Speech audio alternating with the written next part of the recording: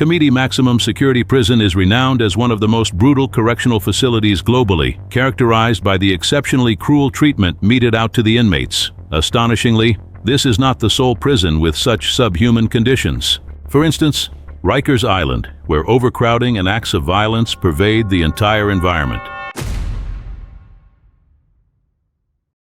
Rikers Island is among the most dreaded names within the international prison system. Situated in the East River, within the Bronx, New York, it encompasses 413 acres and accommodates the largest correctional facility in the city.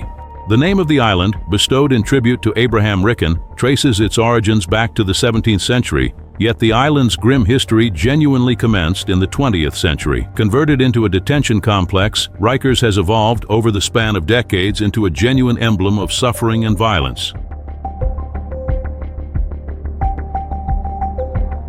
Rikers Island is not merely a place of detention, it is a daily battlefield. In the year 2015, over 10,000 individuals were incarcerated there, with a significant 85% of them being defendants who were awaiting trial.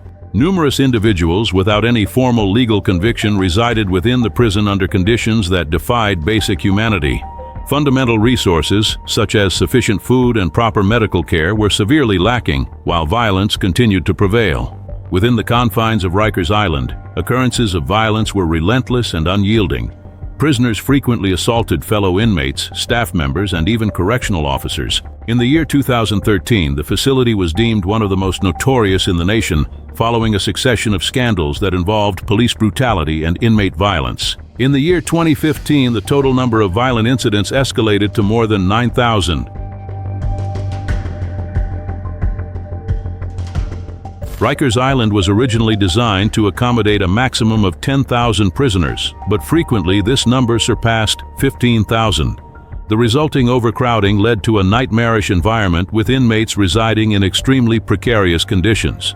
Furthermore, the island was also infamous for its insufficient infrastructure. There was a scarcity of drinkable water, medical services, and even suitable spaces for rest. To further worsen the situation, the prison started to accommodate individuals with special health and mental requirements. The North Infirmary Command, for instance, was specifically established to accommodate prisoners with severe illnesses or those who necessitated special custody. The violence occurring at Rikers is not solely confined to altercations between inmates. Over the course of numerous decades, guards have also become an integral part of the problem. On multiple occasions, there have been numerous reports of physical violence directed against prisoners, with detailed accounts of security officers becoming the oppressors themselves. Among the most notorious cases are the incidents of violence marked by extreme cruelty, where the officers were accused of utilizing excessive force against defenseless prisoners. The depictions of such abuses started to be uncovered by the media, compelling the judicial system and relevant authorities to address the appalling conditions of the prison facility. In the year 2019, the immense public pressure was so significant that the New York City Council made the decision to vote in favor of closing Rikers by the year 2026. However, up to this present day, the island continues its operations, a mere shadow of what it might have been. Despite the promise of change, the violence continues, with the prison being a no-man's land where rules seem not to exist. On the serene island of Bioko, located in Equatorial Guinea, there exists a place where time appears to have come to a standstill.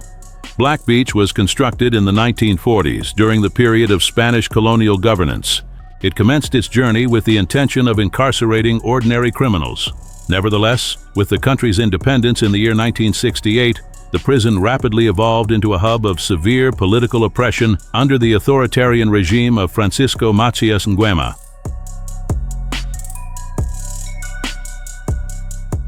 Following the country's independence, the prison stopped being just a place for detaining minor criminals and transformed into the location for executing adversaries of the Macias Nguema regime. Among the victims were political figures like Bonifacio Ondo Edu and Edmundo Bocio, who were imprisoned and attacked in the facilities that had already become a nightmare. The authoritarian regime of the dictator, who governed with an unyielding iron fist, utilized Praia Negra as a means to suppress any form of dissent, thereby cultivating an atmosphere of pervasive terror. The harsh reality within Praia Negra is a vivid portrayal of complete neglect. Inmates are detained in extremely inhumane conditions, with a severely inadequate food supply system and the systematic denial of essential medical care, which is something that is mandated by international standards. Those who fall into the clutches of this prison face constant torment. Many even report that upon entering, they know there is a greater chance of succumbing to the conditions than of coming out alive. Praia Negra has transformed into a location where the physical and psychological suffering endured by its prisoners is beyond measure. The prison does not practice discrimination and, throughout the years, has accommodated not only local citizens but also international individuals, including mercenaries who were involved in coup attempts against the government.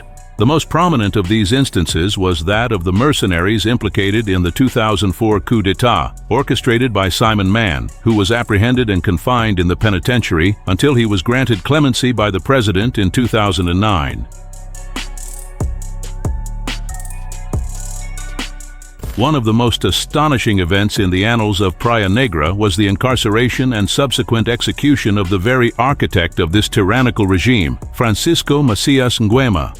Following his overthrow in a coup d'etat in the year 1979, he was subsequently taken to a penitentiary where he spent his final days before ultimately being executed by a firing squad. Ironically, the penitentiary he utilized as an instrument of terror ultimately became the final setting of his downfall.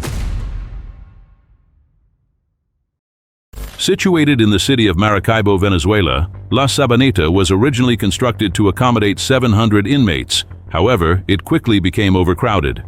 By the year 2013, the prison population had escalated to an astonishing 3,700 individuals. What initially started as an area designed for the incarceration of ordinary offenders transformed into a war zone, where various gangs and factions within the penitentiary enforced their own laws, and the inmates themselves managed everything. They were in possession of weapons, illegal substances, and even crucial resources such as food and medicine. The Venezuelan government, already in a state of crisis, had entirely lost control. Sabaneta was governed by the Prains, the influential and dominant faction leaders who established and enforced the regulations of the environment. Existence within La Sabaneta was a continuous and unyielding struggle. The prisoners encountered not only severe and extreme violence but also intense hunger and a significant scarcity of potable drinking water. The facility was so severely overcrowded that, in numerous instances, hygiene and health conditions were virtually non-existent. The prisoners were forced to endure living in extremely filthy and unsanitary environments without any form of adequate or proper medical assistance. The absence of internal security measures and the lack of effective guard control made attacks and confrontations a frequent and constant occurrence. In a system where the prisoners themselves held considerable power, each individual's survival was intricately linked to their ability to align with one of the dominant groups or, ultimately, their capacity to endure and withstand attacks. On January 3, 1994, La Sabaneta became the setting for one of the most significant massacres in its entire history. A riot driven by internal disputes and conflicts between rival factions escalated into an explosion of violence that culminated in a catastrophic and devastating fire. A group of incarcerated individuals initiated the fire and, amidst the pandemonium, numerous individuals attempted to flee but tragically lost their lives, either to the consuming flames or to adversarial factions exploiting the disarray to launch attacks. The exact numbers of victims remain a topic of debate, but estimates suggest that more than 150 individuals perished as the flames engulfed the facility and the government endeavored to re-establish control over the prison. It was not a great many years before other significant disturbances took control over the prison. In 2013, for example, La Sabaneta became the scene of a new and particularly bloody massacre. At a minimum, 69 incarcerated individuals tragically lost their lives during that year as a consequence of the absence of effective control and the persistent gang warfare. The security infrastructure was nearly non-existent, with merely a handful of guards attempting to uphold order while gangs exerted dominance over the facility. Even the so-called raids executed by the authorities, which were intended to confiscate weapons and illegal substances within the prison, frequently unveiled even more astonishing situations, such as the uncovering of wild animals, including endangered species residing within the cells. In 2013, the intervention by the Venezuelan government finally closed La Sabaneta, following a new wave of massacres that left 16 people dead in a single incident. The unbearable, inhumane conditions, frequent uprisings, and extreme violence made the place unsustainable. Yet, the legend of La Sabaneta didn't end there. One of the most notorious prisoners was Mocho Edwin. He refused to relinquish power and, according to reports, attempted to resist the intervention. The place, once an empire of suffering, was closed and later planned to be converted into a museum, where citizens could learn about the prison's bloody past. The Kamiti Prison, located on the outskirts of Nairobi, Kenya, is one of the most notorious on the African continent. Known for its relentless violence, inhumane conditions, and the constant presence of attacks, Kamiti has become synonymous with suffering. Established in the year 1954, the correctional facility was initially named Kamiti Downs, positioned within an expansive region covering 490 hectares, situated in the Kasarani district. Throughout the 1980s and 1990s, it gained notoriety for accommodating significant political detainees. Among them were names like Hussein Onyango Obama, Kenneth Matiba, Haile Odinga, and Koigiwa Aumwere, who challenged the regime and ended up incarcerated. However, the prisoners were not only political. Since the initial decades of its operation, the correctional facility was additionally the site of numerous executions. The Mau Mau insurgent leader, Dedan Kimathi, was executed by hanging there in the year 1957 in one of the numerous episodes of political violence that have marked the prison's historical narrative. Kamiti was originally designed to accommodate a maximum of up to 1,400 prisoners. However, over the course of time, overcrowding has evolved into an unsustainable reality. As of today, more than 3,600 prisoners are confined within the facilities, living under subhuman conditions. The correctional facility lacks a dependable water supply, compelling inmates to transport buckets of water on a daily basis, which is an exhausting and degrading task. Furthermore, labor in the prison's industrial sectors, where prisoners attempt to earn a small amount to sustain themselves, compensates a paltry 10 cents per day, as per legislation dating back to the 1940s. Block G, one of the most dreaded sections within Camus, is notorious for its harsh lifestyle. Violence is prevalent, with inmates frequently being physically assaulted and compelled to exist in an atmosphere of perpetual fear and subjugation. Predators wander within, while fraudsters equipped with cell phones attempt to deceive not only the guards, but also the prisoners themselves. In the year 2008, a raid conducted to confiscate cell phones culminated in appalling brutality against the prisoners, which was documented and subsequently exposed through videos. The footage, aired on Kenyan television channels, unveiled to the global audience the severe conditions of violence prevalent within the prison system. The prison was the site of many executions over the years, and the list of prisoners condemned to execution is extensive. Kirugumi Wawanjuki, the last executioner of Kamiti, worked for years carrying out sentences until his end in 2009. The presence of the executioner and the constant rumors about the executions created an atmosphere of panic and hopelessness. Even following the official abolition of the death penalty in Kenya in the year 2010, Kamiti continued to bear the stigma of being a location where life was perpetually under threat. In 2009, the prison was shaken by a cholera epidemic, which resulted in the death of at least 8 prisoners. The lack of basic infrastructure, such as clean water and adequate sanitary conditions, worsened the situation. Despite the dreadful horrors experienced within Kamiti, the Kenyan government has endeavored to enhance conditions over the years. During Mwai Kibaki's administration, certain reforms were implemented, and some prisoners who were sentenced to capital punishment were granted the opportunity to be released. Nevertheless, the reality within Kamiti continues to be exceedingly harsh. Overcrowding remains persistent, violence is ongoing, and diseases continue to pose a constant and significant threat. The Black Dolphin Prison, also known as Corn Delphine, situated within the Orenburg region of Russia, is considered one of the most feared correctional facilities globally. Renowned for its unyielding rigidity, this penitentiary confines the most perilous criminals in the nation, those whose cruelty and extreme violence are so severe that the justice system has sentenced them to life imprisonment without the possibility of release. The Black Dolphin prison has been in existence since the year 1745, making it one of the most ancient correctional facilities in Russia. In its initial days, it functioned as a location for confining criminals who were sentenced to compulsory labor. However, over the centuries, its mission has undergone a transformation. Following the suppression of the Pugachev Rebellion in the year 1773, the site underwent renovations to accommodate high-risk offenders. Nevertheless, it was in the year 2000 that the facility acquired the name Black Dolphin and became the residence of some of the most feared and dangerous criminals in Russia. Upon arriving at the correctional facility, what immediately captures the attention of any visitor is the intricately crafted sculpture of a black dolphin, which was created by the prisoners themselves and strategically placed in front of the main entrance. This emblem, which might appear innocuous upon initial observation, signifies the gateway to a location characterized by unyielding regulations and profound psychological distress. Within the confines of the cells, the prisoners are kept in isolation from each other, adhering to an exceptionally rigorous confinement regimen. Each prisoner is confined in a cell secured by 3 strong steel doors, with only 90 minutes of daily exercise in a large cage as their sole interaction with the outside world. During this period, the correctional facility undergoes comprehensive and meticulous searches to inspect for any contraband or illicit items.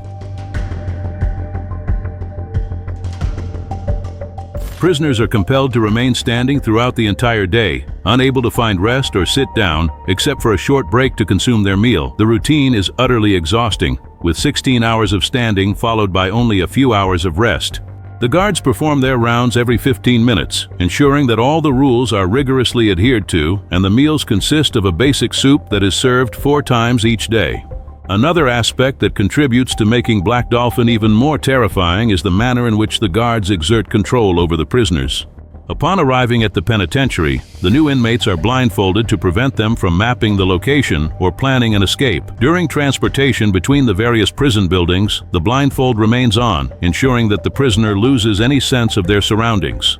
The prisoners are compelled to lean forward, with their hands securely handcuffed behind their backs, in a posture that effectively prevents any attempts to escape or initiate an attack. The historical background of Gitarama is intricately connected to the Rwandan genocide that occurred in 1994. Throughout and following the horrific massacre that devastated the nation, countless individuals were apprehended and incarcerated under allegations of participation in the violent acts. The judicial system was overwhelmed, lacking the structure to handle so many prisoners. The result? Gitarama was transformed into an overcrowded dungeon where human life was worth less than nothing. Designed to house a few hundred inmates, the prison ended up receiving more than 7,000. The space was insufficient for everyone, and the prisoners were forced to live standing, unable to move. Numerous individuals endured several weeks without experiencing proper sleep. The absence of adequate sanitation, nourishment, and medical attention transformed any injury into a prolonged sentence of suffering. The struggle for adequate space was not the only ongoing battle. Those individuals who managed to secure a spot adjacent to the walls still had some chance of obtaining rest, while those positioned in the middle were compelled to fight for every single inch of the filthy floor. Illnesses proliferated swiftly, and the anticipated lifespan within the boundaries of the penitentiary was distressingly short. The nourishment, when it eventually arrived, was inadequate for everyone. Numerous individuals went for days without consuming any food and were reduced to mere skin and bones. Drinkable water was an unattainable luxury for the majority. The unsanitary conditions led to the rapid spread of infectious diseases such as tuberculosis and dysentery. However, perhaps the most dreadful aspect of Gitarama was the internal violence. The absence of adequate supervision permitted the prisoners to establish their own set of rules, and the more vulnerable individuals were frequently victims of extremely brutal attacks. The documented records of this prison disclose a degree of desperation that challenges any comprehension. There were reports of prisoners who, without food for days, resorted to unthinkable solutions to survive. Many could not withstand the pressure and succumbed to the suffering, leaving behind only what remained of them, mixed into the concrete and mud floor. The government of Rwanda took years to take any action regarding the crisis in Gitarama. The number of prisoners continued to grow, and the trials were slow, leaving thousands incarcerated indefinitely. International organizations denounced the conditions, describing Gitarama as the worst place in the world, but for a long time, nothing changed. Only years later, when the prison had already reached an unsustainable level of overcrowding and disease, did the government begin to release some prisoners and reform part of the penal system. Do not forget to subscribe to watch more videos like this.